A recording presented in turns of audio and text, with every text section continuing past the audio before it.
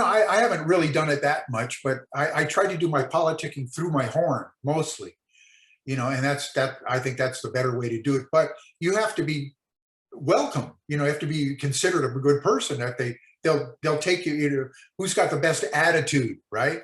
Warning. This episode contains adult language and adult humor. Since when have trumpet players ever been considered adults?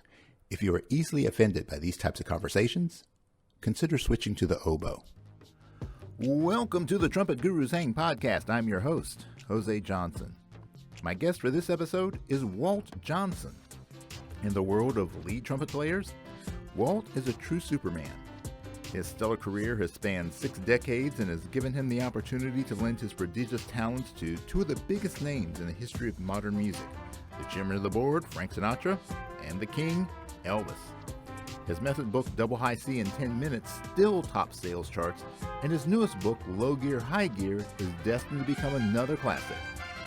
So, pour yourself a big glass, pull up a chair, and let the hang begin.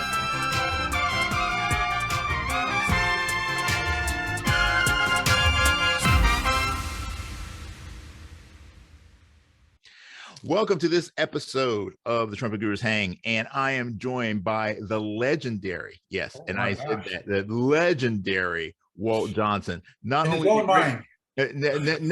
is he a great trumpet player, he has a great last name. So Walt, easy to remember, yeah. So, 3 presidents, right? We share a last name. I think it's probably about all in love. Yeah, Jose. Yeah. Are you hablas español? Okay. No. No. Oh. Yeah, with a name like Jose, and you got that Dia de Muerto playing the trumpet on your head. Yeah, my mother is Mexican, and when I was born, my first words were in Spanish, but she stopped speaking Spanish right when I was born. And I understand. That generation didn't want you. Yeah, I understand. Yep. And she still to this day goes, "Why didn't you learn to speak Spanish?" I'm like, "Hey, you stopped speaking it, so hey, don't blame me, man. Don't blame me." But I learned in high school. I grew up in El Monte, California, and I had a real good Spanish teacher, Mr. La Puma, and he really made me learn. And then I lived in Mexico for 8 years, and learned a lot of mariachi songs, and I produced an album, couple albums down there with mariachi Mexican musicians, guitars and stuff. That was great. Yeah, those are available on somewhere. Yeah, somewhere we'll find it. And speaking of which, for those of you who don't know Walt, you can certainly Google him. You have had a very varied career. I mean, you've done so many things, and you work with so many great musicians over the years, some very high profile ones. And you've got so many other projects that are going on, and sometimes I don't even know where to begin with someone who's got your acumen. But I just want to actually start kind of at the beginning stages of your career. So when did you first feel that bug that was like, man, trumpet is what I want to do for the rest of my life? Well, it's all in high school. You get encouraged. They have you play solos, and you enter competitions and stuff, and that's where trumpet becomes competitive. I hate to say it, but it is like a sport, competitive. The quickest draw in the West, sort of who can play the best, and who the fastest and the highest, and all that, everything, and the best tone. And in high school, my sophomore year, I was third trumpet, and with all the, there was several, like 12 trumpet players, and I challenged my way. Every couple of weeks, I challenged the next one up, all the way to the lead one. And when I passed the second to the last guy, he hated me. He got nervous, and he couldn't play, and he stuttered, and I passed him up, so that he had to give it to me. And he was a good player, a good guy, but Lanny Morgan told me one time, he says, "Oh, you trumpet players, you all hate each other," and we don't. But I know what it is, and I was doing an interview the other day, and I told KO, I said, that we did a section with Joe Davis, Rick Baptist, John Madrid, and myself, 4 high note players, high note artists, all of them, lead players. and we just gelled and we harmonized, and it was a friendly team effort. And we each excel at another. We tried to make each other sound good. That's what trumpet is, playing in a section is all about. Right. And I've had that experience with the Chase band, and I've had that experience in New York brass sections, but it's you don't really find it that often anymore. I mean, it'd be, you get 4 players that just, you can hear that ring when you play, when you play a chord, like, the Chase band had it too. Those guys, Alan Ware, Teddy Piercefield, and Jerry Van Blair were the ones on Get It On, and they asked me to come in and take Bill Chase's place with that. And it wasn't until I played the high notes on the first thing that they really accepted me. They kind of like, oh, are you the guy? The screech. Well, that's really an interesting statement, about you guys locking in that way. Yeah, I've had conversations with a lot of different lead players, and it seems like that there's this desire to have someone, especially as a wingman, to have someone in the section or more or several people in the section that understand the role of being a lead player, that they're competent lead players in their own right, but that are able to understand the dynamics and what you need as a lead player from your support players, because it's one thing to kind of think it, but if you've been in that lead chair, what you need. And so then when you're in that support role, then it's a little easier for you to step into that role.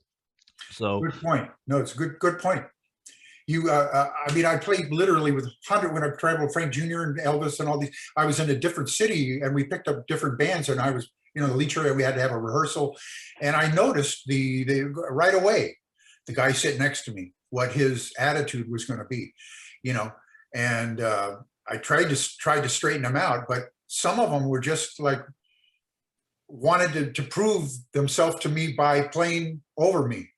And that just did the opposite, No, exactly what you just said. It's a team effort. And when you're a lead player, you understand you can break this guy's back, or you can like play under him and make him sound good, play in tune with him. And if he's bends a note, bend it with him, or do something and vibe, it's, there's too many of those guys that just try to outblow you, but that's a peeve, and we don't do that.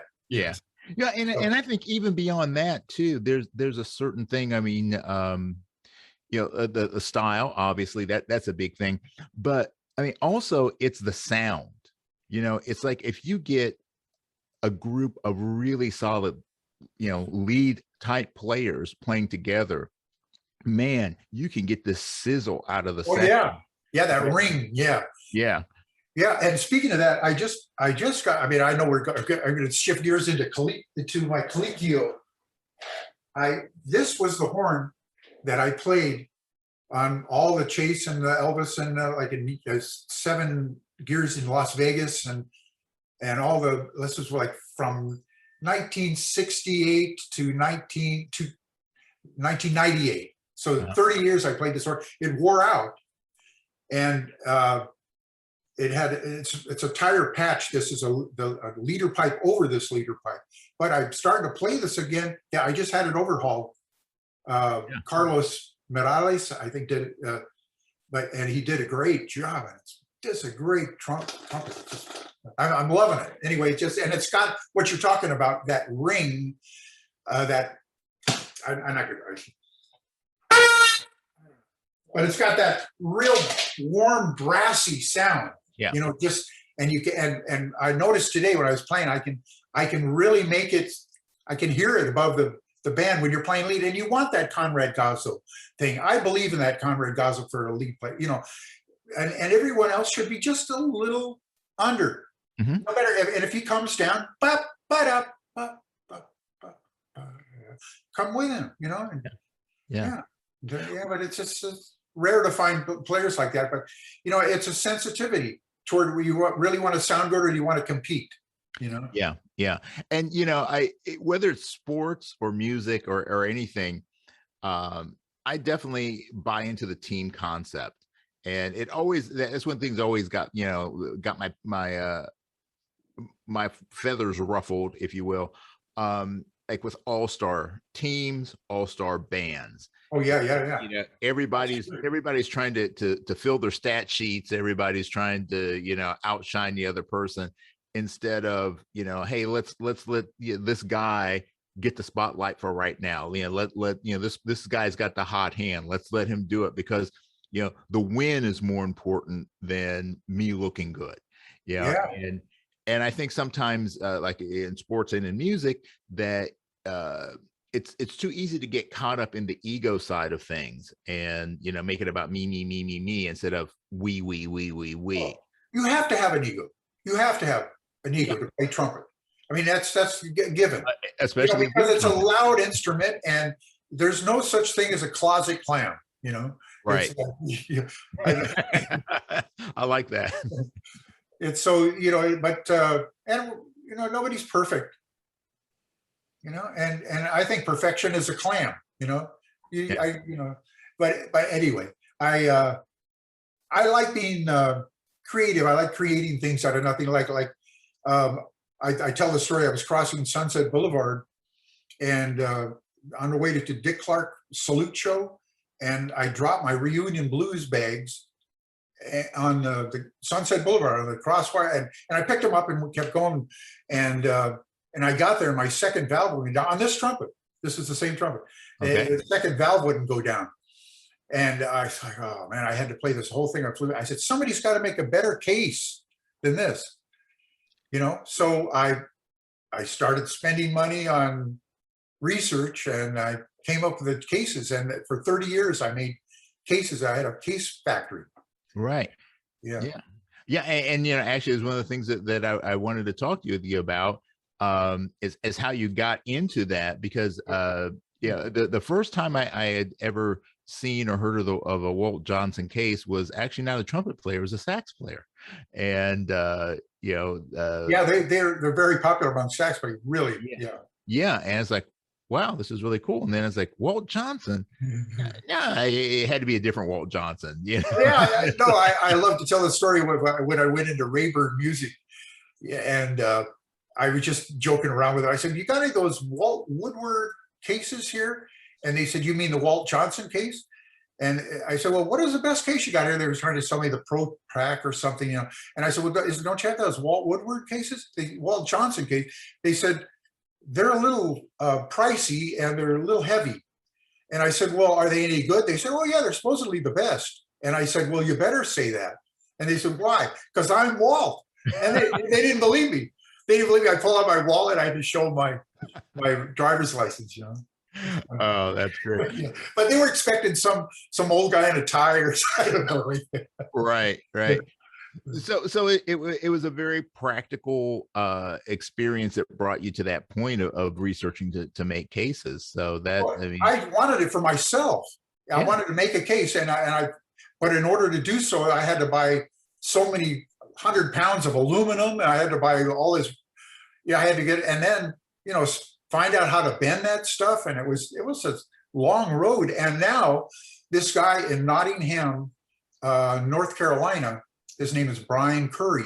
He has a company called Get a Sax. He's on Facebook, and he's manufacturing the cases now.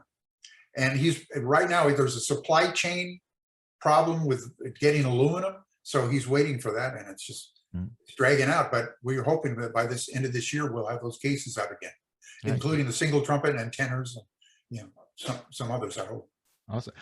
So have you always been like an innovative kind of guy, a tinkerer or a designer or things like that? I like creating things out of nothing, like an album. An album is like building a fence. You start out and you write the tune, and you get the chords, and and you get the instruments, and then you record it, and you put a tracks, and and then you mix it, and it's creating. I love creating things, and there's a gratification to it, and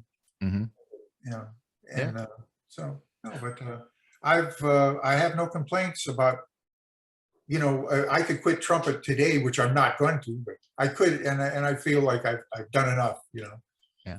But, Well, and honestly, I mean, you're one of those people who's, you know, your career has spanned so many decades, and you have played with so many different genres and so many different outlets that there are a lot of people who, if they just took one of those little aspects of your career, they would feel like, oh, I've made it. But you've done all these things. So yeah, I want to go back to kind of just that beginning stage, because when I was growing up and really getting bit by the bug, that was back in the days when there were still a lot of touring big bands. So there are a lot of opportunities for trumpet players but the professionally. late 60s, Late 60s, yes, Yeah. sir. Late 60s or 70s, things like that. So I mean, yeah, I can remember going to see Maynard and Buddy and Woody and all those guys are just they're coming through the areas and things like that, and there was plenty of opportunities, whether to listen to the music, but also if you're a budding player, I mean you're looking at those as your potential job market, and that's changed obviously since then, but because you were there in kind of that, I'm going to say the latter stages, that The end of the big band era. yeah, the end of the big Yeah. band era. Well, the one that got me was Cy Zentner. If Mhm. you haven't heard of him, Yeah, absolutely. Cy Zentner's band. He had a hit up a lazy river. Mhm. It was a twist.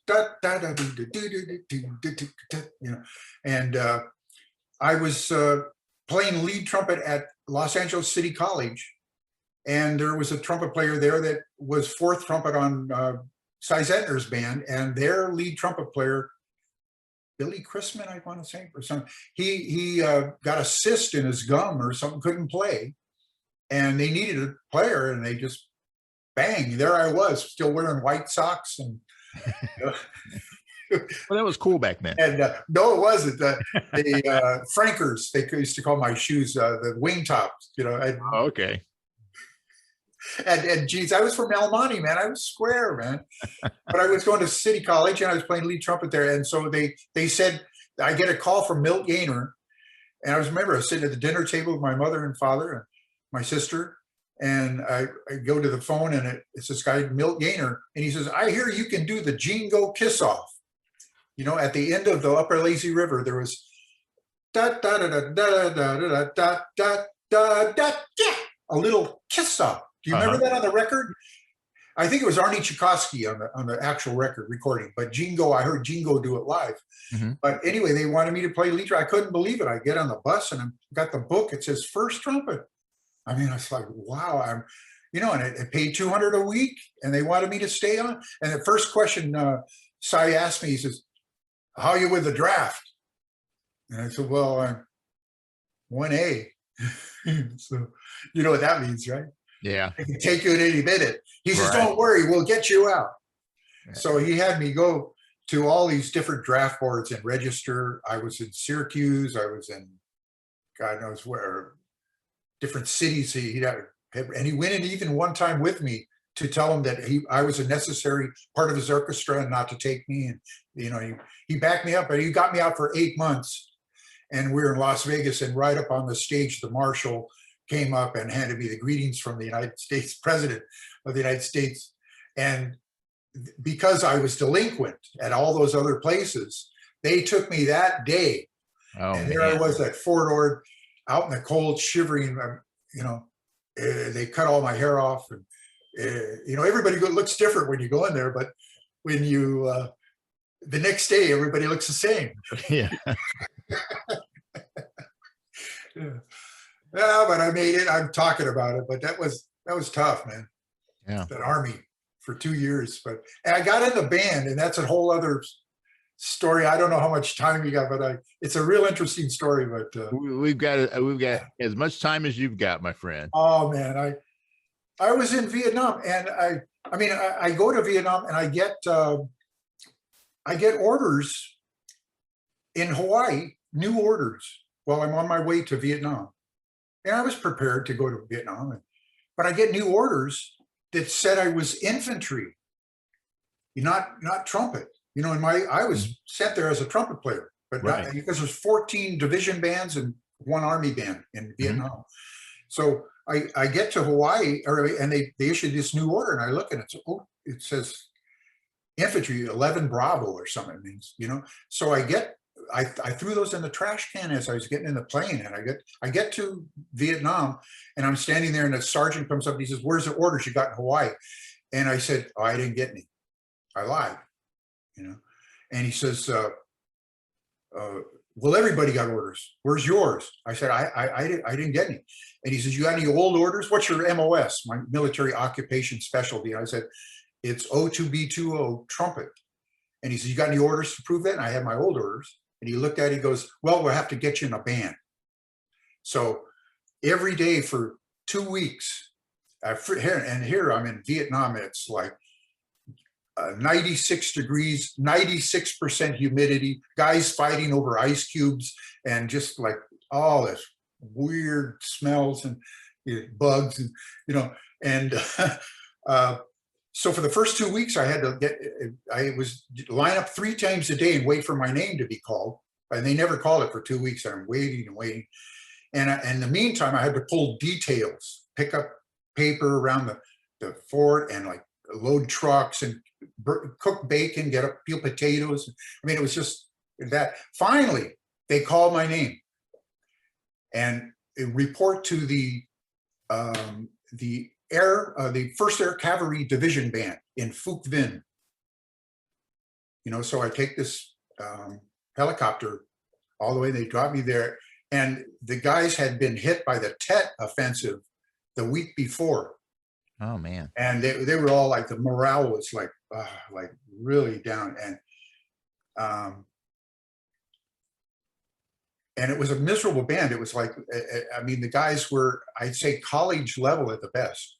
I mean, there was, here I came from Cy Zentner's band to play with, like, you know, kind of mediocre players, but they liked me, you know, they all took me to their way. So, but I got the itch to go to a better band, you know, because these guys weren't helping me, you know.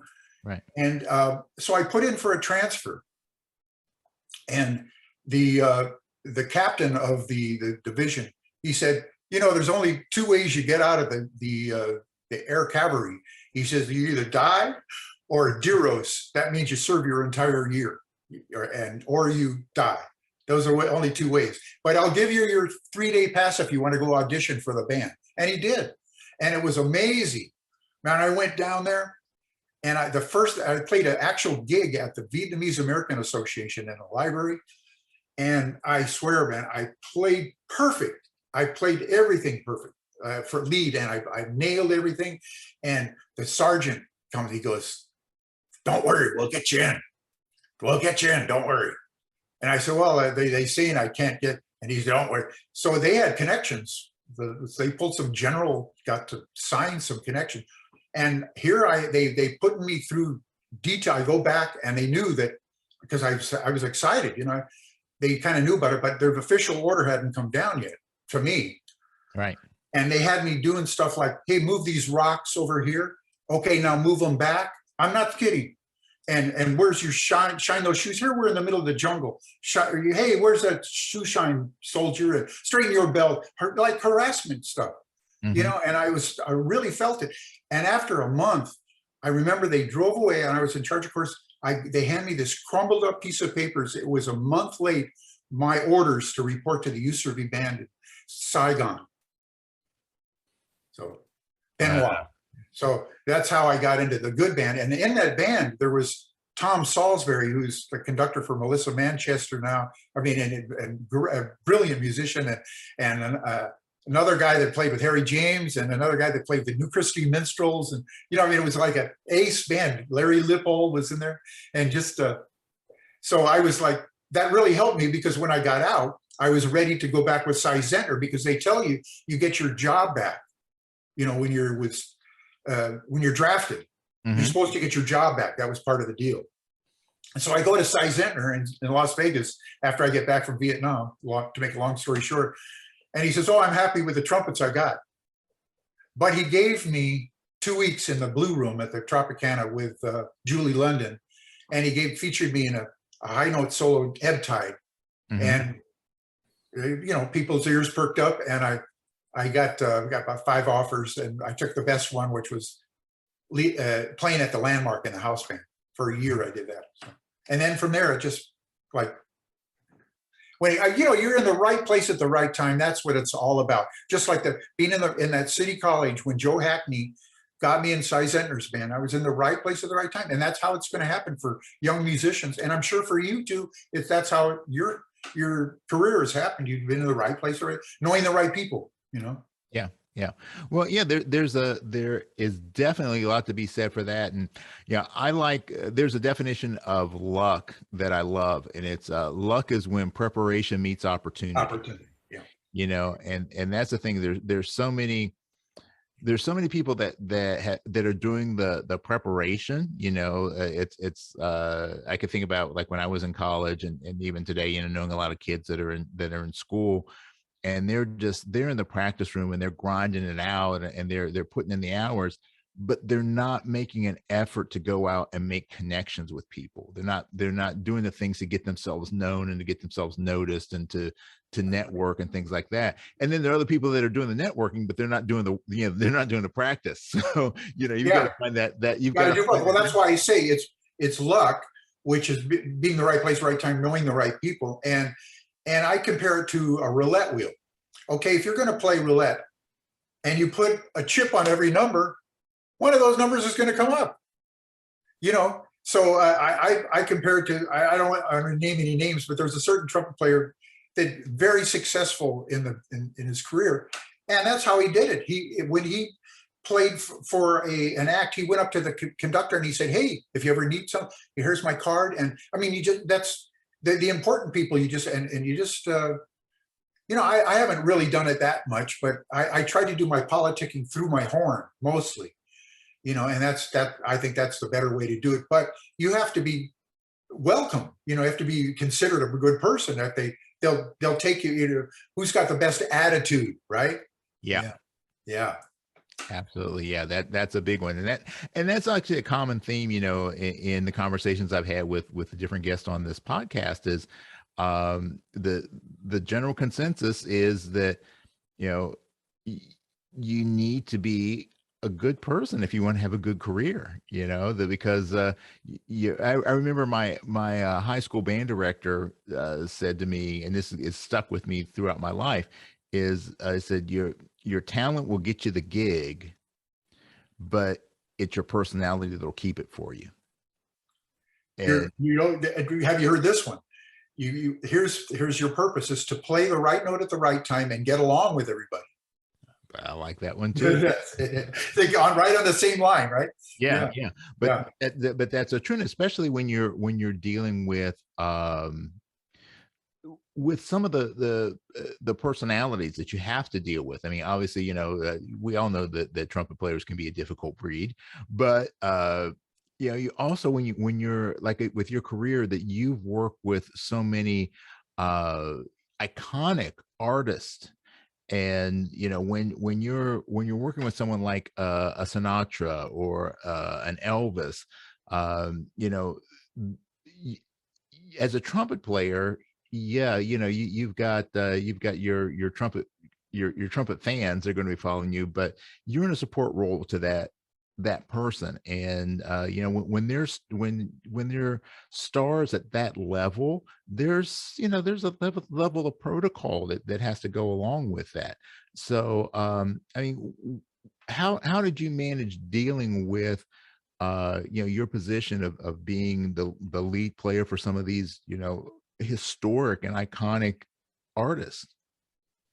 Well, everybody's different, of course. I mean, each individual person, like from Lionel Hampton had his ways, and Louis Bellson had his beautiful ways, and Pearl Bailey had her ways, and everybody. Like, I worked for a month for Bobby Darin. That was an interesting thing. He was kind of hard to work for too, a little bit, but he sure was talented. I really admired him, but.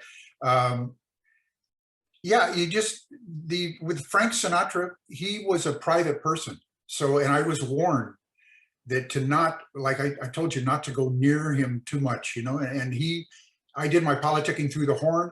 Irv Cotler, his drummer, told me, he said, man, he's got ears, he's got eyes, he knows you're there, and he hears you. And if he didn't like you, he would let you know.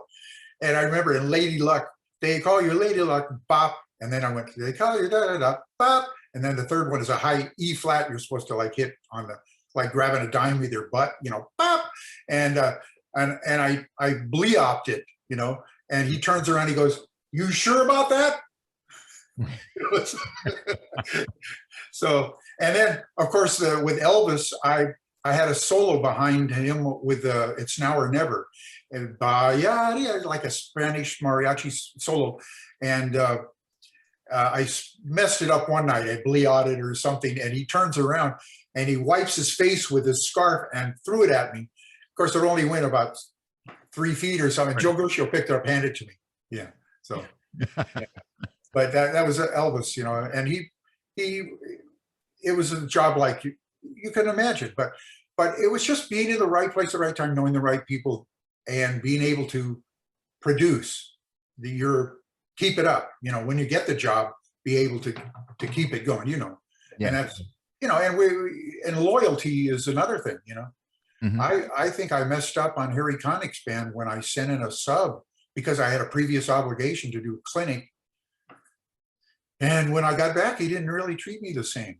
Mm-hmm. It was like, oh yeah, Walt, you were gone for 3 days, Yeah, but before that, he was introducing me and talking about the cases and joking with me and coming up talking to me. But that changed, Yeah. Because I screwed up. Yeah. I guess, or this clinic I had to do, I had an agreement to do it. So. Mm-hmm. Yeah.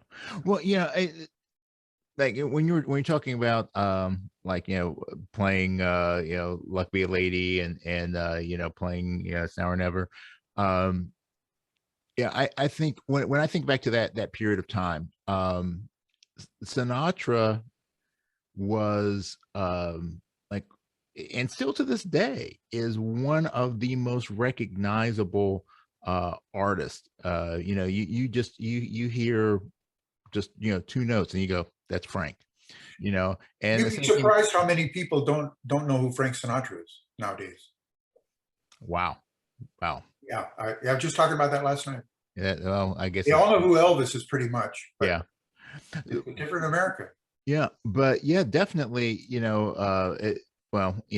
a little bit younger than you, a decade younger than you, but there's still. Sinatra, especially at the point in time that you were with him, that was, his heydays were probably, I would say, maybe the 60s, late 50s, early 60s. He spanned 6 generations. So right, but kind of 30s to the late 30s to the 2000s. Right. And I did his last concert, or last tour in Fukuoka, Japan. Mm-hmm. And I walked up with him because Natalie Cole was on the opening act, and she brought her own lead trumpeter, Dave Stahl. So I went up to replace Dave, and I walked with him, and Hank Catania was next to me, and he's smoking a cigarette, Lucky Strike cigarette, throws it on the ground, gets up to the microphone, we play the intro, he goes, "Come fly with me." Like, where the hell am I? And it kind of went downhill after that. He just I think he drank a whole bottle of wine before. But yeah, it was time for him. But I was hoping, because I hear this, the greatest music in the world. Yeah. But then his son took over the book, mm-hmm. And I have the 8-piece book right here in this closet that I inherited from Frank Jr. And we have Seth MacFarlane's permission to use it as a tribute, because mm-hmm. he owns the Sinatra library. I didn't know that. Yeah, he bought it, and we all got a portion of that money. Yeah. And it was Frank Sinatra Jr. inherited from his father, and Jr. His sudden death in Daytona Beach on March 16th, 2016. We were all there when that happened. Yeah. That's, I mean, yeah, Yeah. you That's, can't count on anybody, because here today, yeah. Yeah. it Absolutely. yeah, I mean, it could be, I mean, we never suspected that's the last thing we expect from, yeah. Yeah. Well, well, I guess the point I was trying to establish was that, working with Sinatra, that is, and when we talk about high profile gigs, uh, that is not just like one of the modern high profile gigs. That, to be able to say, that you were a lead player for, with Frank, and then, with Frank Jr. Going forward, that's a big thing. Yeah, that's a big deal, because the music, especially at that time, was so recognizable. Everybody knew the tunes, everybody knew the charts, and like you said, if you bleep a note, it's going to stand out. And Elvis, uh, you know, Elvis was Yeah, the like I king. said, I don't play soft, Yeah, yeah. So I mean, but I so play. yeah, I think that it's so common, for trumpet players, whether it's on that huge of a stage or whether it's just playing in a bar, playing in a bar band, and and adding in the chase thing, another iconic book, especially for a trumpet player, to be in these really high profile, recognizable situations. How do you deal with the mental pressure that comes along with being in this, if you're playing, if you're just playing jazz, you cuff here, you cuff there, maybe nobody notices, but when you're doing stuff that everybody knows, how do you deal with that pressure of having to perform at that level? I know exactly what you're talking about, because you have to be prepared, you know, and like you said, preparedness meets opportunity, and you don't know what's around the corner. I mean, uh, you don't know what you're going to be doing this Saturday, or or what you're going to have to play next week. So I have a routine that I go through after breakfast every day, just because I can. I can go. I have an RV, and I go up the hill where it's parked, and I blow open, place these 7 etudes out of the Mitch Jellin 44 Magnum drills for trumpet, and they're really hard, but I try to make them harder by taking them up an octave and playing them like soft and loud, and diminuendo. When I first got to Los Angeles, I was doing a lot of TV films, and on the trailers into the commercials, you have to like hold a note out and like trail it off like diminuendo. And I just come from Vegas, and it's like trumpet becomes kind of like a water faucet or a radio. You turn it down too far and it turns off. Right. So I had to, and Malcolm McNabb, bless his heart, he showed me an exercise where you practice that, and even Pappy Mitchell used to say, if you want radishes, you plant radishes. If you want, whatever you want, yeah, you practice that, and that's what you get. Well, and speaking of which, you have a very dynamic sound, and that's, and obviously, that's one of the things that has helped you through your career, in these different gigs that you've had. But what's, a lot of times people will think, oh, Walt, okay, he's the lead guy, he's the high note guy. And whenever they think about that, then it's usually followed up by, well, he's a natural. So the question is going to be a two-part question. So the first one is, was accessing the upper register and having that sound and that brilliance to your sound, was that something that came easy to you, or did you work at it? And then the second part of the question is, because I kind of know what the answer is going to be anyway, is, who were the people that were influential for you in developing your concepts of how to approach the horn? Well, yeah, I did work at it, because I had a pretty good G in high school, and to hit it, I guess I was doing something with my lip. And when I got back from Vietnam, I enrolled at the University of Nevada. And the teacher there was Charlie Turner, who happens to was Frank Sinatra's lead trumpet player, great trumpet player. And he saw what I was doing with my bottom lip, and he said, "Bring it in a little more." And he showed me that, and my range went up substantially. And you have to develop that. And so, like, even that book I wrote, Double High C in 10 minutes, you learn that technique, just like I just said about it, but it takes only just a few minutes to learn it and produce a double C. But then you have to develop those muscles in order to be able to sustain the loudness. And my biggest challenge was to make that upper high gear embouchure sound the same as my low gear embouchure. So that's what I've been working on. I think I've accomplished that, so to speak. Yeah, well, absolutely. I mean, it's that fullness and resonance. Like you're mentioning Gazo earlier. That Gazo kind of sound, that wall of sound that is so rich and full. Frank Jr. used to say peeling paint. Yeah, exactly. And he used to say, they come back to the brass, and he said, "What are you guys eating? Furniture?" But and that's actually one of the things that you said when you were talking about the book, which is Double High C in 10 minutes. One of the things you said about that was just, it's so profound, and I think a lot of people miss the boat on this, that skills like that, whether it be playing high notes, improvising, or even in anything else that you learn. I was a professional martial arts instructor for a number of years, and I would tell people that there's no skill that's really earth-shattering. I mean, there's nothing that's like super profound.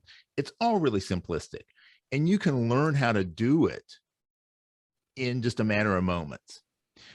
It's not a question of whether you can learn to do it. It's, can you sustain it? Can you improve on it? Can you control it?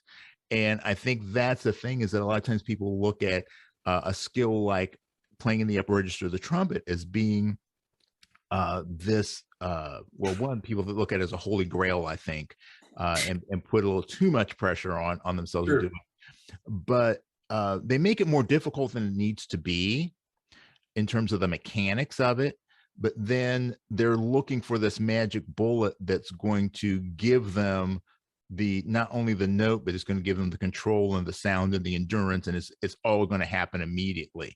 Well, it doesn't happen immediately, but with this method, I've seen a lot of players, and they've contacted me afterwards. Even a guy called me today from Melbourne. Steve Allen is his name, trumpet player, and he said that his father bought him the book when he was 15, and he's been doing it. He said he's the top high note player in Australia. And he was thanking me, and he said that he was kind of doing it, but when he got my book, it kind of made it like it was all right, changing his lip.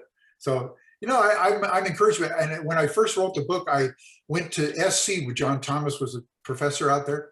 Mm-hmm. And I gave a clinic, and I had 10 trumpet players come up that had never hit a high C in their range. Most of them, their range improved, but 2 of them were able to produce a double C for the first time ever, So that was gave me encouragement to put mm-hmm. the book out. So, yeah. Well, and what's kind of funny, I think, and not funny in a comical sense, but just kind of oh my gosh, I can't believe people are this way. I've seen, especially like on forums, when people get on these soapboxes about methodology and the dogma that's related to it, and you'll see somebody talk about like your method or other things like that, and go, well, no, you should only use one embouchure. It's like, this is it, and this is because this is what my teacher told me, and you've got to do like Farkas said, or you've got to do like Claude Gordon said, or you got to do, and it's like tied into this one thing, and and saying, well, that doesn't work. But the way I kind of approach things is to try and keep an open mind, because if there's one person that can do something, then it means that there's a level of validity to it. And then if that method has been used by more than that person, if there are 2 or 3 other people that have been able to utilize it, then there is more validity to it. Now, it doesn't mean it's going to work for me. It doesn't mean it's going to work for me because I'm a different. Well, you have different teeth, or you have different a different oral cavity, or something. It's and throat size is really, really important. You were mentioning big sound. Now, I don't know, but I know Maynard Ferguson probably could take a handful of pills. I can take a whole handful of pills without water. I just got a big throat. Mm-hmm. And I think, and there's other guys that I've seen that they kind of have a small throat and they have a little sound, Mm-hmm. It just, because my method is smelling a rose backwards, yawning, or sticking your fingers in your mouth, how that feels. Alan Colin, he invented a air enhancer that you stick in your mouth, and when you stick it in your mouth, your throat opens. You can try it. Your throat opens, and your throat has a memory, and you remember how your throat. We're getting into technical stuff again, but you mentioned a big sound, and I think your throat, because so many teachers teach syllables, and syllables you're going, you're trying to sing a high note. No, you're blowing a high note through your embouchure, but keeping your throat fully open and supporting your diaphragm. So that's it. So, well, no, just in a, but it works. It works, and I notice the difference when I do like planks or sit-ups or bicycling. It helps my core, and it really helps the high notes. Yeah. Well, and that's actually a really good, that brings me to a really good question, I think, or at least it's a good question for me. And then, if everybody else enjoys it, then great. If not, too bad. It's my show. Or you can edit. You were talking about, as you're talking about doing like planks and stuff like that, I remember reading some stuff, Bud Brisbois. And his like doing his little military exercises and things like that. He was like the physical component of being a trumpet player, the physical demands of being a lead player. So, and you were talking about like, playing a gig with John Madrid and all these other guys. And I know you did a lot of studio work, back in the 70s and stuff like that, and, working with guys like Gary Grant and Malcolm and actually the 80s was more of the studio work. Yeah. So like, working with a lot of really, really, some of the big names in our industry, some of the greats of our time. Did you, were there things that you guys like kind of would talk about and like share ideas, share concepts, share approaches? Was there a lot of sure. I mean, there were most of the things you learn, there's something to learn from everyone. I learned from Wayne Bergeron to Graham Young to George Graham, Joe Davis. I mean, developing your chops with chewing gum to, it just, there's endless. I mean, there's just things that you pick up from little things from people along the way. How to count bars and how to not tap your foot, and just all these things and you can think back of Warren Looning telling me stuff to just how to warm up, and it's just you learn from the pros, and watch them, so. Well, I mean, and that's such an important statement, I think, because I'm not blowing smoke up your whatever, but I mean, as I said before, you have had a career that even one portion of your career would be, most people would Well, it would be, sell themselves with that. wouldn't it be impossible to do that nowadays? Or, I mean, there's gigs, like good gigs, Tower Power, Celine Dion, and and gigs out of Vegas, and there's definitely gigs happening. So I think it could happen again for somebody. It's not out of the realm. Trumpet is not dead. No, well, yeah, absolutely not. And there was a time when it was on life support, but it's Yeah, well, and it's still hanging on. But, it's hanging on. It'd sure be nice to be back. We're all tired of this. Yeah, But what I meant was that when you look at someone that has your resume, and you're and talking about people like Wayne and Warren Looning, and all these other fantastic players, some with us still, some not anymore, but it seems to me that there's this this idea of, like you're saying, we all have something to learn from each other, and that from my experience, the people that are kind of at the pinnacle that the rest of us mere mortals are looking at understand that. And it's like you're never at a point where you're so good that you don't have something to learn from somebody else. Well, isn't that true? Isn't that true? And what Tommy Shepard said, he said, you got to be nice to the guy next to you because you might be working for him next week. Oh, there is that too. There is that too. Yeah, but it's true. My motto of play the right note at the right time and try to get along with everybody works, and that's I don't have any enemies that I know of, and I keep it that way. And if they want me to play, call me. But it's just you're a victim. You can't. There's obvious like guys that are like begging people for gigs, it becomes obvious. And then there's the guys that show off their jobs. They like to tell you, oh man, I've got this gig and I got this gig. You don't want to hear that necessarily unless you ask, but it's we're human. We're just people, right? Yeah.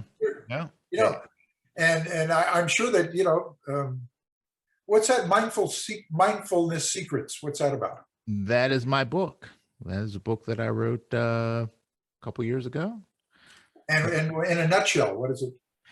It is a book unraveling the secrets of mindfulness, which are, much like Trumpet, a hell of a lot more simple than people want to give it credit for. It's just a matter of focusing your attention and just doing it a second at a time.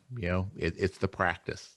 Living for now, or yeah, to a degree. To a degree, it's living for now, but I think it's where people have a misunderstanding of what mindfulness is. They think it's just about being in the present moment. The present is where we experience things, but the past is what gives us an understanding or context for our current experiences, and then the future is what gives us impetus to continue on. Because if there's only the present moment, then why do anything? The future is what gives us vision. And I was thinking about it. I'm 74, and I mean, probably at best 20 more years, and 15, 10. I mean, look at all the people that have gone, before us at even in my age, or a few years beyond that, 80s. But how old was Maynard when he passed? 76 or? Yeah, something like that. Yeah. Yeah. So, I'm 74. I mean, but, comes unexpectedly. And, so I've decided, like, I'm going to do what I want to do. I'm going to make an album, and with Rapture Stewart is going to produce it, and it's going to be like hip stuff, man. So, well, yeah, and you're talking to me a little bit about that in our, right before we started the actual official hang. Let's talk about that a little bit. You're making music, and you're keeping it fresh and keeping it new. So what's Well, what's I've this been all working on about? this. I'm working on a song for like a smooth jazz version of a song. I hate the title. It's called "I Can't Feel My Face When I'm With You," and it's by The Weeknd. But it's great beat, and it's just kind of perfect for flugelhorn. So I was recording that today after I went on. I had a concert in the park where they put me through the grill. It was anyway. But I've been working on that project, and as soon as he's done with his project that he's working on now, in about 3 weeks, he's going to come out, and we're going to start on the album. So it's smooth jazz album, and this time, this guy's connected, because to get airplay, you got to know somebody, and you got to know who to pay, or I don't know.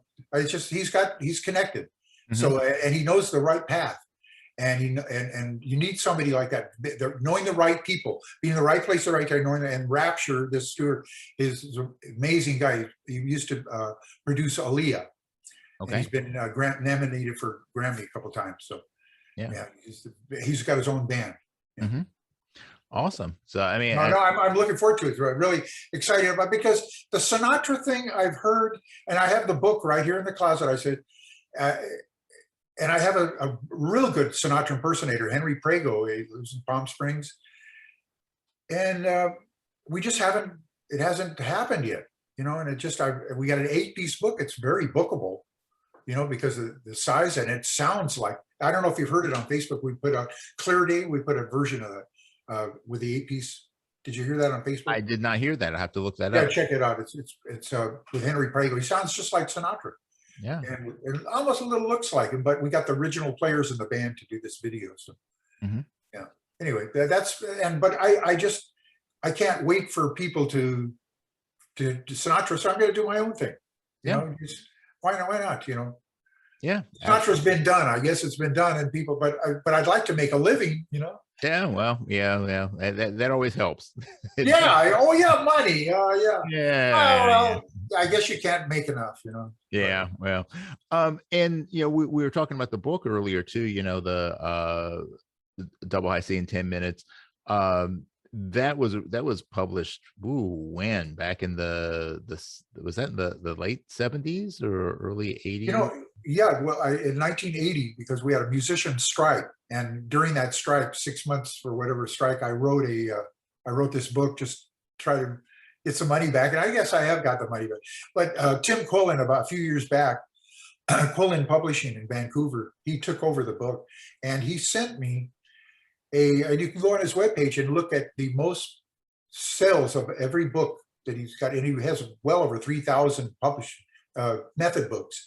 The #1 selling book on his webpage, Double High C in 10 minutes. I mean, I can't believe it. I'm deeply humbled. I mean, it's like, come on. But it works, and I'm not ashamed of it, because it's what I do, and it's what, like this guy that called me from Australia today, that Steve Allen, he said he's been doing it for years, and he wanted to thank me. Yeah. And Mel Broyles wrote a review at the International Trumpet Guild. He wrote a review, a raving, he says, about the method. He said, you might try it. It works. He's doing it, and he showed, yeah. So yeah, no, I'm not ashamed of that book, and I know it's the title sounds gimmicky, like 10 Easy Steps for Harmonica, but it's not. It's just, it's a legitimate thing. You should try it. It works. I'm going to have to dig through my box of method books, because I had a copy. I have to find it. I have to reread it, and if I don't, it is now available. Quillen Music.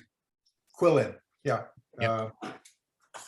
Just happened to have it. And I wrote a sequel. He had me write a sequel, which is called Low Gear, High Gear, which is a lot more etudes, a lot more deeper study into, and more exercises for expanding your tone up there, because that's, when you first start hitting the high notes, I hate to say the word squeak, but they're just like pin notes, right? And then you get baby notes, and then you have to grow them, and you get the muscles used to it, and it'll happen. So yeah, technical shit. Yeah.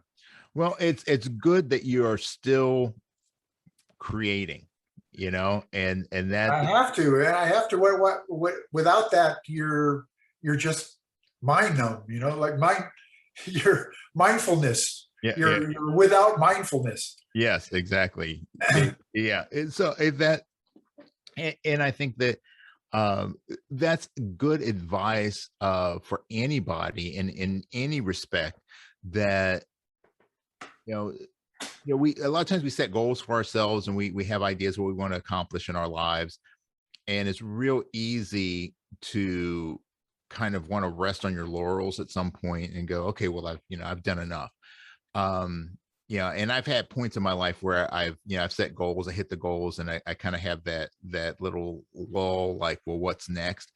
But I've always been able to motivate myself to go, okay, well, if I was able to do that, then that means that I really wasn't realistic about what my capabilities are. So I need to set a bigger goal. I need to do something more. Because to me, like the creative process, the learning process, those are the things that keep me feeling alive, keep me feeling vibrant. And I feel like if the day that I stop learning and stop growing, that's the day that that's when I'm on my decline. It has nothing to do with the numbers of my years. It has to do with that mindset. So I think for what you're kind of that perfect example, because here, you're a vibrant guy. You're doing stuff, you're creating, you're full of energy, you're full of life, and you have every right to just kind of sit back, but you don't do that. So I think that we have that little voice in our mind, don't we?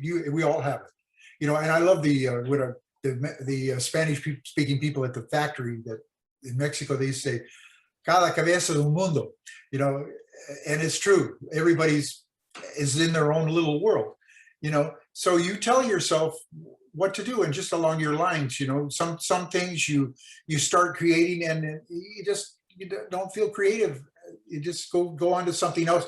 But what changes that is music. Doesn't it change? Music creates a mood. My grandfather always said, what do you think music says in the dictionary? What do you think it says? What is music? What is music? That's a good question. I don't know the answer to that. Music is organized sound that creates a mood or a spirit. Mm. And it's true. I you don't feel like working out, or you don't feel like going for a walk or something. Put in some Gerald Albright, man. And man, it picks you right up, and you're just like, yeah, okay, And then my grandfather taught me that. He used to listen to Isom Jones. So that's and he'd get up and do the housework, So it's true that music is the mood, and it can change your mood and pick you up. And that's, I believe in music. I mean, that's a corny song, but yeah. Well, I didn't realize that was a definition, but I've always said this, that art, not just music, but art, any kind of art.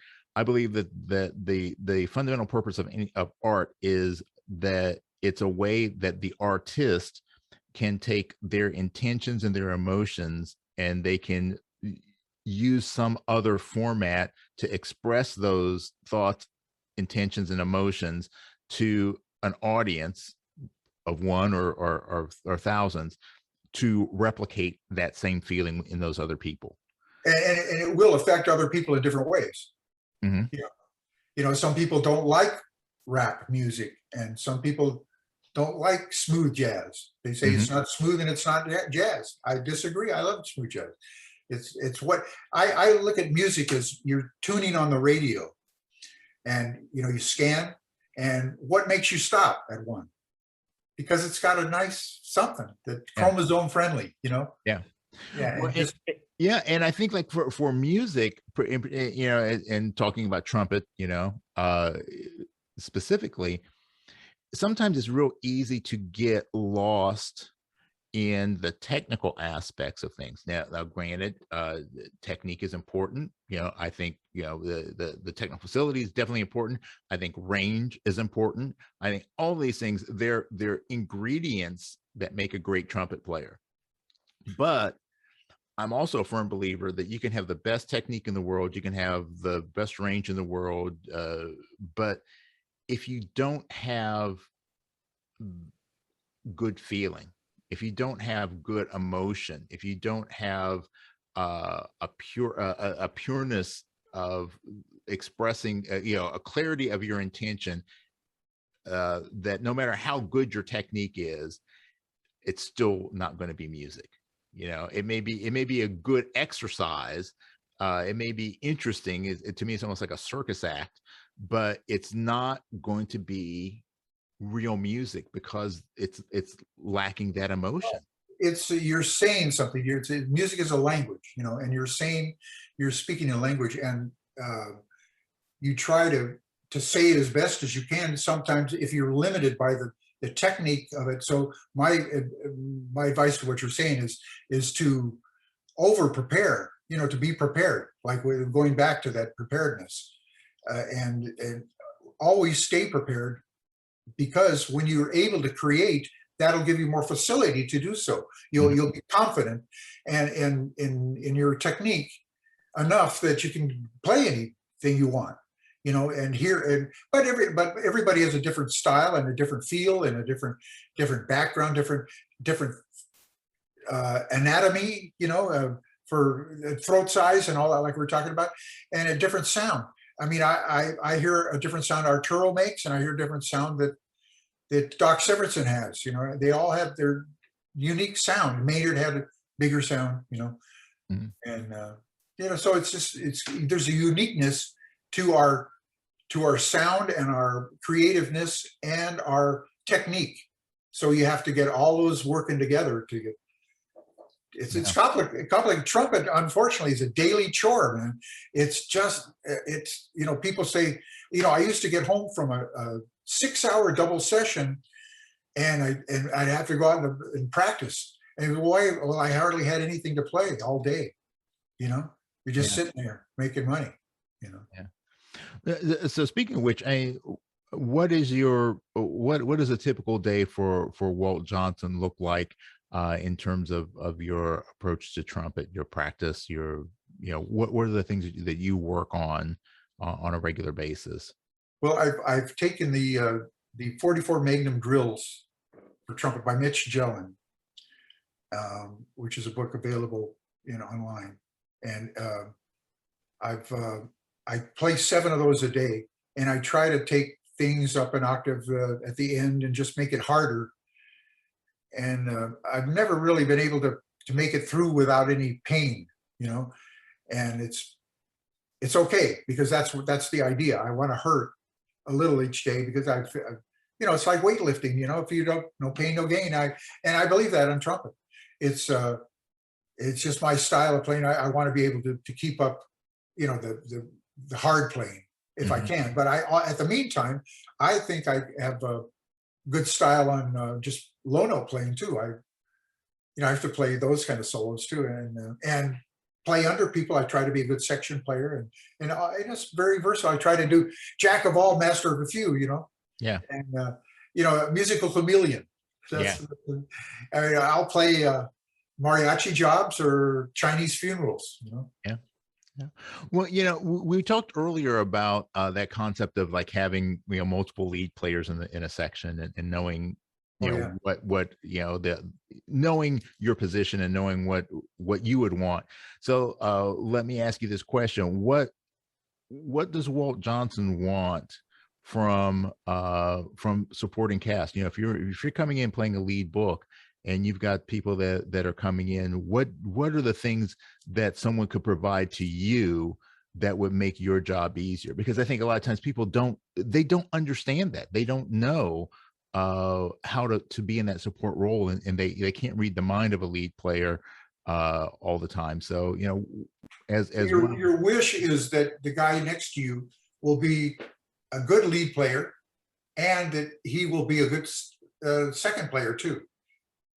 And in order to be a good second player, you have to listen to the guy who's playing lead and play under him, and phrase with him. And that's the kind of player I would want in a section always, And of course, I've always been surrounded by other great jazz players, Steve Hustedter or Don Rader, or just to go on a name, Buddy Childers, or just, they're all great players, man. And for me to hog a solo and try to play bebop to compete with them I don't even do it, you know? And there are other trumpet players that won't even take a blues chorus, you know. Not Adino never did, and I don't think Charlie Davis, but I'll take a blues chorus. I think I put the 2020 blues on Facebook. It got a whole bunch of views, but it was a great thing. We did it during the pandemic, you know. Yeah. But I'm getting off track, right? No. It's all good. It's all good. It's all good information. Yeah. Well, yeah. And the reason I was asking that question though was that, you know, you have been in those positions where you've had, like you're saying, you know, you have to wear multiple hats. And I think a lot of times people want to specialize, you know. It's like, well, you know, hey, I'm just a lead player, or I'm just a jazz player. And, you know, not having that ability to not just play the book, you know, technically play the book, but actually to be part of the team, of being able to understand what the requirements are of, you know, what's a lead player's requirements, what's a second player's requirements, you know, what does it mean to actually hold down a third or a fourth book in a section. Blending and blending and following and intonation and tone, and I'll just try to match everything, the section, and that's the perfect section of somebody that just plays together, you know.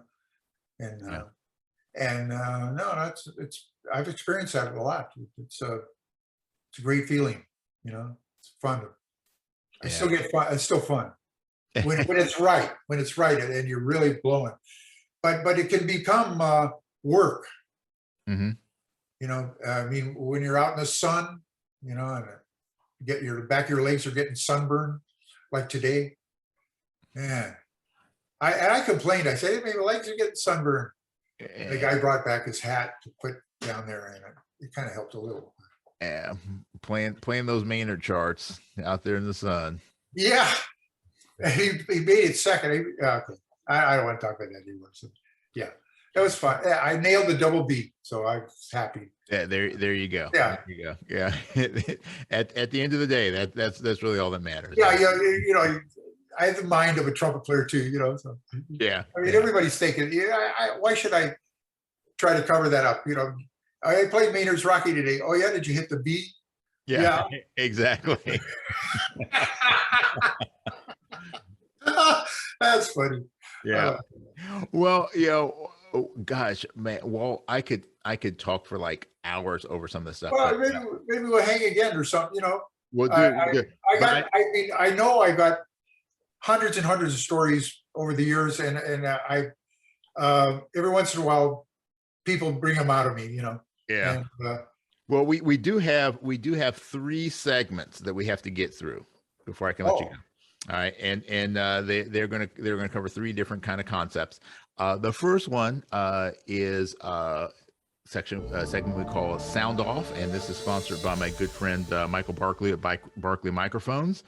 And this is about your concepts of sound. And as you were talking about being a lead player and kind of having that Gazzo peel the paint kind of sound, just what are your approaches to not only the type of sound that you produce, but ways that people can approach the very types of sound that trumpet can produce, and maybe some little tips on sound production. One time I did Bob Elsevier wrote and was going to produce a Walt Johnson album, and we had a session over at A&R Records, and they had 3 microphones on me, and what I wanted at the time was what it sounds like to me in my head, what I'm hearing while I'm playing trumpet in my head. That's the way I wanted it to sound.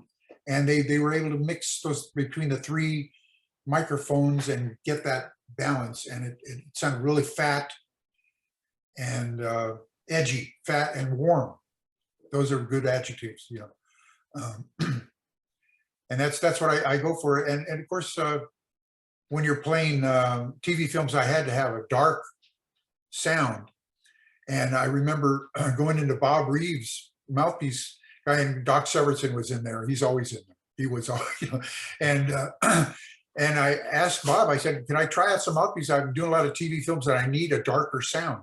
It's something that would give me." And he's lined up 10 mouthpieces, and of course, I had mine in there, my Colicchio that I played for all my life, and so I played all of them. They turned their back. And they number one, number two, and the one that sounded the darkest to them was the one that I've been playing for 50 years, man. So it's the shape of you put your, I tell people, like, when you didn't ring your flugelhorn, the trumpet can become a flugelhorn. You can kind of shape the sound, and you know what I'm saying? It's constant. Yeah. I mean, it's not, and you'll add a little bucket mute if you want, but it's I don't know. It's just, that's concept. Yeah. Okay. Well, that's very cool, and I think that's good advice for people to mouthpiece. These mouthpiece switchers. Hey, did you know Lou Soloff? Oh yeah. Did you ever play with him? I did not, but I have plenty of stories from friends who did play with him, and I've heard about the mouthpieces, right? Yeah, all the mouthpieces on the stand. Yeah, we've sounded the same on all of them, yeah. And it was always great, But. Yeah, well, it's so funny because some guys, it's one mouthpiece for everything, and then you've got Lou on the other end of the spectrum who is like, I forget who said it's like they said they were doing a gig with him. It said it seemed like every note he was playing a different mouthpiece. Well, then there's the George Giorgiani. Do you know him? Of him? No. Boston, Rhode Island, he invented the Millennium mouthpiece. It's a very shallow, and he gave me one, and I was able to hit an F above double C on it one time, and then I kind of lost it. It's like, how do I do it? I couldn't do it again. It's too shallow, So, yeah. But it worked. It's like a bird whistle. A dog whistle, A dog whistle, yeah. All right. Well, cool. All right. Well, and that's a great segue into our next segment. And this is Geared Up. And this Geared Up is brought to us by my good friend Doug McVeigh of Venture Mouthpieces, where technology, design, and innovation intersect. And this is about gear, and more than just, hey, you already said, you play Colicchio. That's a good one, but not so much about what gear specifically you play, but your approach to gear, and how you go about making those decisions on the gear that you play, and maybe some advice on people who, if they're looking for changing up their gear a little bit, how they might approach it. I remember back, I was playing a Proviance 4-star K4 way back in the 60s, and it got lost or stolen or something. And so I went to Dominic Colicchio to make me a mouthpiece, and he just took this piece of brass, a little round piece of brass, and he's got these tools, and he starts carving it out, and he gets a hose and he blows the brass out of, and he says, try this, And that I've been playing that mouthpiece. What he told me about it, I've been playing it since 1967. I played it today. I mean, that's a mouthpiece I use. He said that he used the Mount Vernon backbore that goes straight, then flares. It creates a response. Mm-hmm. And he made everything semi. He made semi-round rim, semi-round, semi-V cup, everything semi, which has just created a versatile mouthpiece. He knew what he was doing. He was a brass craftsman. Mm-hmm. And it's a 26 hole, I guess. And which, you need something to push on. You have to, you can't have too wide open, because that just, so you need something to pop, and it gives it a good response. And the inner rim is what really gives you that pop, and I had one The only change I ever had was I had the inner rim. A guy took emery paper and went like that, just to smooth it out, because it was during Bobby Darin. I had a zit on my lip that sharp mouthpiece kept opening it, and it healed during the day. I went to a skin doctor. He put some medicine on it, but yeah, but I couldn't. I had to play again. So yeah. So, with that Colicchio horn that you're playing, what model is the Colicchio? It's the lightweight medium large, and it's a two-piece bell. And the thing is, I believe that the dead bell makes a difference. It's just got this, hear that tunk? Dead bell. And but the valves just had the bells redone. They're just beautiful.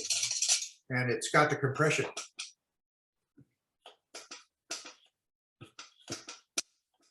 Yeah. It didn't have any of that before. I used to call it my Colicchio. and then when the valves are like, I used to call Colicchio, but now it's a Colicchio. Yeah. So it's born again. The horn is, it's like having a new pair of shoes that you used to wear for 30 years, and your foot stayed the same, and you just went back into them, and it's like, wow, So I'm excited about it. The trumpet. It was worth $1,000 to fix it. Oh, well, yeah, I think it's the thing that, you find something that works for you. I mean, we all like to tinker, and there's nothing wrong with tinkering, but when you find what works, it's and I think this is where like what some of the modern stuff is coming. When you have a craftsman like Dominic, that that's a world of its own. But he was amazing. His hands. He'd throw my trumpet on this baseball bat and just throw it out. I said, "Hey," and he'd start beating it with a paper mallet. He knew what he was doing. Yeah. But now, with technology, what technology does give us is the ability to more consistently duplicate those things, and to be able to do analysis and measurements and things like that, so that because I know a lot of guys that it's like, I love this horn, I love this mouthpiece, I love this this thing, and it's a 1940s Bach, or it's a 1950s Colicchio, whatever, and it's like, but if anything happens to it, I'm screwed, because you can't get another one like that. So being able to get duplications and restorations, I think that's going to be key, because that when you find that thing that works, man, just look at the saxophones with their Mark VIs and all those. They don't, you can't get that metal anymore, and they're valuable. It keeps going up. And I think the same is true of the Colicchio, or especially the Chinese horns are, the metal, it makes a big difference. Yeah. Well, it's interesting what you said about the dead bell, because I know, most people are like, you want to hear the ping, you want to hear the ring on stuff. So it'd be, my theory is that the vibration goes, it's like an amplifier instead of absorbing. But maybe, I don't know. I people say it doesn't make any difference. So but I think it does. Well, if it makes a difference to you, it makes a difference. That's all that matters, my friends. All that matters. Okay, here's our final segment. Our final segment is brought to us by friends at Robinson's Remedy, providing you rapid relief for those sore and busted chops after having to play those double Bs. This is a series of rapid fire questions. They're going to be all over the place. There's no rhyme or reason. Some things will be music, some things won't. But I just want to get your quickest response, so we get a look into the mind of Walt Johnson. So, and if you answer these fast enough, you will win a very special prize. Snickers bar. Hey, we don't have that kind of budget.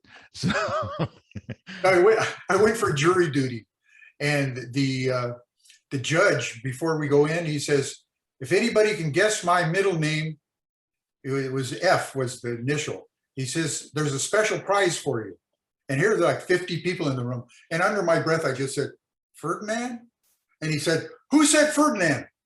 You know, and and he opens his drawer and throws me a Snickers bar. And he says, this may be all you get to eat today. Yeah. Well, you don't want your jurors to be hangry. Yeah. And then when I went into, like, they interviewed me, and the lady didn't want to testify, I said, well, what is she hiding? Oh, I was like out of there. That was funny. All right. Well, so here we're gonna go. We're gonna go with this rapid fire round series, and we're gonna start with our first question, which is, who's the biggest influence on your life that is not a trumpet player? That is not a trumpet player. Well, Christopher Parkinine, the guitar player, was a big influence. He led me to Jesus Christ, and that did change my life, of course, in 1986, born again Christian. And, he led me there, but, he didn't do the work, but he just led me to that. So Christopher Parkinine, I have to say. All right. What is your favorite book? My favorite book. I'm not really a reader, but Double High C in 10 minutes. Yeah, I'd have to say that, but I read the Bible, and I guess that's an obvious answer. So yeah, well, it's the end. It's your answer, man. It is. That's pretty much the only thing I do really read with any intent. Okay. Manuals. Good enough. All right. What's the worst movie you've ever seen? Was it called Wanderlust or Wanderlust? Wanderlust. Okay. Yeah. All right. If you weren't a trumpet player, what would you want to be? Probably a factory owner. I run a factory, because I like the cases. I did that for 30 years, and it was fun. Okay, great. What is your favorite drink? I like Patron. Patron silver, but we all have to be careful. Yeah, limited, but yeah. I'm definitely an añejo kind of guy. So añejo, oh yeah, añejo is. Yeah, there you go. All right. I lived in Mexico for 8 years, and there were some añejo nights. Yeah. Okay. All right. You could have a dinner party, and at this dinner party, you can invite any three living people in the entire world. Who would you want to have at that party? In the whole world? In the whole world. My goodness. I'd probably have, that's a tough one. I mean, my first answer was I'd have my children. I have 3 kids. I'd have, my 3 kids, but that's not what the answer you're looking for. I mean, I would have, that's a tough one, man. I don't know. I want to say the president and the head of the Congress and the Supreme Court or somebody, just to talk to him, but just I don't know what good that would do. Okay. All right. Well, at this dinner party, you're going to have 3 additional guests. They could be any 3 people from history. Oh, from history. Well, of course, you want Maynard back. Okay. And you want, Louis Armstrong and 3 people. Sinatra. Okay. Yeah. There you go. You got your horn section and your singer. So that's solid. All right. Lacquer plated or raw? Probably raw. Probably raw. But mine's gold plated, and they had to silver plate it first in order to gold plate it. So it condensed it a little bit, but I've tried to compensate for that. It did sound better, I thought, when it was just lacquer, or just a lacquer horn, the cliquio. That's the way it used to be. Then I had it plated. Okay. All right. What's your favorite quote? Quote is, there's several, but the one I think of, Tommy Shepard he says you got to be nice to the guy next to you because you might be working for him next week. And you should have a smile on your face and a F you in your heart. I like that one. I'm gonna get a T-shirt with that on. All right. What's your greatest fear? Dying, I guess. Dying with everybody. I mean, I'm just on the freeway or sneezing while you're on the freeway. Yeah. And your eyes close when you sneeze. You're like, oh. That's when you need that Tesla driving. Driving. That's one of the reasons I never bought a motorcycle. I just because you sneeze, huh? Oh yeah, I've got bad allergies, and it's like, oh man, that would be it. Your eyes closed. You can't sneeze with your eyes open, right? Right. Yeah. So that's what I'm talking about. Yeah. Yeah. All right. You could be granted one superpower. What would it be? Power over women, of course. Oh man. Don't we all want that? Don't we all want that? I don't even know if that's a real superpower. Sure, it has to be because they're impossible. That is. Yeah, that would. You would have to be a superhero for that. What aspect of trumpet playing do you feel is the most overrated?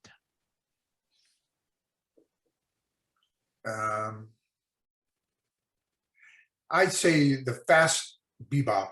Yeah, really fast bebop I call it musical masturbation. And it's just these guys that is overdone because there's a lot of good slow notes, and I admire people like Gerald Albright who can play like these licks that are just clean and good and soulful, but clean, and he's got technique the best. And as opposed to some other people I hear just running scales and just like guessing. Yeah. Okay. Similar vein, what aspect of trumpet playing do you feel is the most underrated? Banda. Now you're going to think I'm crazy, but I can't do that stuff. That banda. You ever heard of banda? No. Come on. It's from Sinaloa, Mexico.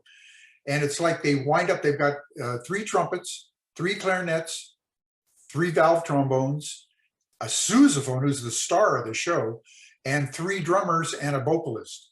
And they get wound up, and it's like they play polka. And they get wound up, and man, when in person, it's like so exciting and charged, but they play out of tune, and it's like the style is really hard. You have to be born into that, I think. I've seen so, but I used to go into Tecate to this bar with Marisco where you could get where they had banda playing live banda, but I stopped going there because it was the cartel shooting. Yeah, well, that would certainly. Yeah. So but that music is exciting. If you ever get a chance to listen to banda, oh man, and the tuba players, all the sousaphone, it's like all over the place. The virtuoso stuff. Cool. I have to check that out. Sure. Yeah, please. Yeah. All right. Absolutely. You can go back in time and give your younger self one piece of advice about music. What would it be? Oh, there was a lot of opportunities where I should have stood up and played a solo or something when I could have. At one time, Manny Klein was in the audience of the Wayne Newton show, and I was Wayne Newton's lead trumpet player, and he called up for Tenderly, and I could have played Tenderly. I could have nailed it up and hit a double C on it. I could have like really shown off on that and played it like Tenderly, but I clammed up, and the sax player took it, and so that was a missed opportunity. But when I got to town, Marion Klein got me my first TV show, which is called the San Pedro Beach Bums, and I did that for 26 weeks, and that turned out to be other studio players meet you, and you network, and that's how I got into all the studio work. All right. Okay, cool. All right. While you're back there, you're going to give your younger self one piece of advice about life. Yeah. Well, life. You just gotta live it to the fullest, but everything doesn't always go the way you plan it, So I don't have that regret. I feel like that song "My Way." I don't have that regrets, but you're bound to hit your head on the tunnel of life now and then, and I have, Yeah. So, but you pick yourself up, and I don't know what else to say. Well, there's not much more to say. All right. And final question for you, Walt Johnson. What do you want your legacy to be? Oh, it's already there, man. I look at those gold records back there. See, and my cases. See those, and the Vietnam Army award, and the picture of me with Sinatra. Picture here with me with Maynard. Man. Look at this.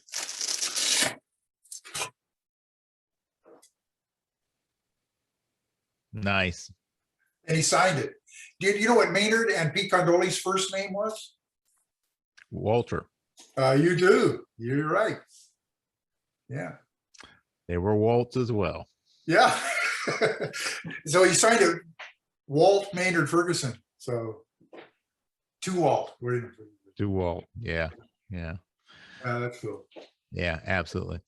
Well, it has been a pleasure. Yeah, thank you. Hanging with you. Look at this, an hour and a half, man. Oh my God, it's just gone. It just went by. I see. Yeah.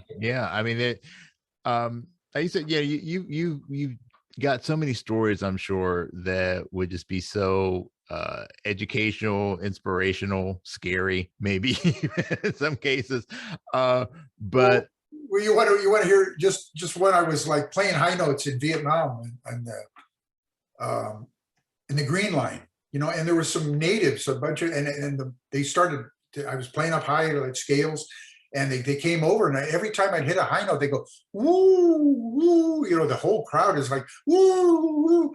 And I saw this one guy who I had spoken to before. He spoke a little English, so I said, "Oh, you guys like high notes?" He said, "No, your tongue's all red."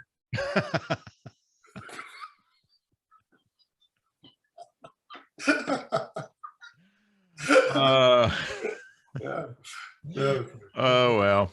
All right, that's a story, right? That's a great story. That is a great story, and I'm sure that's just one of a million that you have. And we'll have to get you back on for another hang. If everybody wants it, I think I'm boring, man. But oh no, man! Thank you. No, this is. Thank you for asking me. I appreciate it. And make sure and let me know when your new release is ready. I will. Yeah, I'm going to be working on it. It'll be out probably by Christmas or something. And is the new book is already released? Yeah, it's on in the Logier Higer book. Yeah. Okay, so if you want to pick up a copy of either Logier High Gear or the original classic Double High C in 10 minutes, just check the show notes, and there'll be a link in there for that. And thank you very much. Yeah, absolutely. And if you haven't listened to any of the stuff that Walt has done over the years, I mean, you can certainly go back and listen to some of the classic recordings. Lots of stuff on YouTube. Trumpet Scroll, was that that's my first album. Yeah, your first album. The Chase stuff, every once in a while I see a video or a link pop up of like, oh, check out this, and it's the Superman one of my but my greatest moment, and I was sick with the flu, is the Monterey Jazz Festival. 1980 was it, with Lionel Hampton and Louis Bellson. I went down and played Birth of the Blues, Cat Anderson's part. It goes up to an E above double C. And God took my lip that night, Yeah. Well, it was in better hands then. Yeah, it was, because I was sick. But yeah, no, and he made me do it 3 times. Of course, he was like that. He made you do it till you couldn't do it. That was his, like, rubbing it in or something. I don't know. Lionel had a weird personality and made you wait in line to get paid, waiting for your check. And here you're tired. You've been blowing like all night, 4 hours, hard blowing. And he's sitting at a table with a checkbook, and you're like walking up to him. Yeah, okay. But hey, he was an icon. Yeah. That's and he's still going. I mean, the band is still going tonight. Albums, traveling, the Ghost Band. Yeah. Well, there's still a lot of ghost bands out there, and some of them are just really kicking butt. The Basie Ghost Band is just that's amazing. That is just a killer band. I'll bet. I love to hear it. Yeah, I love those guys. Yeah, my buddy Frank Green plays the lead book on that. Oh, Frank is just a beast. Tell him hello. I know Frank. Yeah. He used to be with Maynard. Yeah. Super good guy. But yeah, absolutely. We're going to stay in touch. I guarantee you. And like I said, folks, if you don't know Walt, you got to start digging into that, because there's some phenomenal. Thank you, man. I appreciate it. So thank you for hanging with me, Walt, and thank you for joining this episode of The Hang. And make sure you like, subscribe, whatever you need to do to stay in touch with us. And as always, peace and slide grease. Peace and love. Yeah. Thank you, man. All right. Adios. Thanks for hanging with us today. This podcast is all about creating deeper connections through our mutual love of music and the trumpet life. Make sure you subscribe to this podcast, and also like and share this episode with a friend. We want to see The Hang grow for show. Please support our sponsors, and consider becoming a personal supporter of this podcast as well. Remember, for less than the price of a bottle of valve oil a month, you can keep this podcast moving smoothly. The Trumpet Gurus Hang is recorded at the Candy Factory, a co-working space and social club located in Lancaster, Pennsylvania. Jose Johnson is the executive producer. Post-production editing is by Mitch Bowers. Our opening theme song was composed and performed by Lexi Signal, and our closing theme music comes courtesy of The Greatest Funeral Ever. Incidental music is by Ethan Swayze and Jose Johnson. Graphic design by Ann Kirby of the Sweet Corps. The Trumpet Gurus Hang podcast is produced in collaboration with the So Good Lancaster Media Group.